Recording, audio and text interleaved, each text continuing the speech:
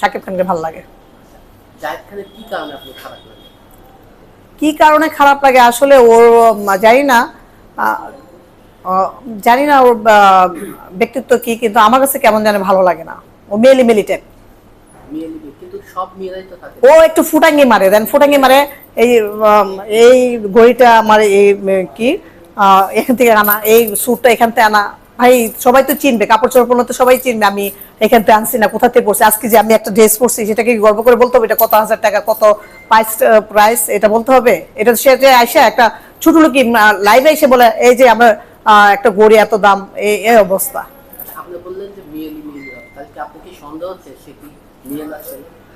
আর মেয়েলি না হলে সে আজকে যে তার এজ হয়েছে সে তো বিয়ে করতেছে না।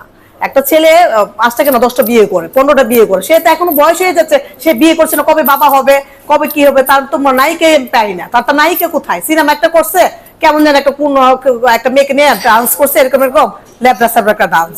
জানতে চাচ্ছি আপনার কোনো সন্দেহ আছে?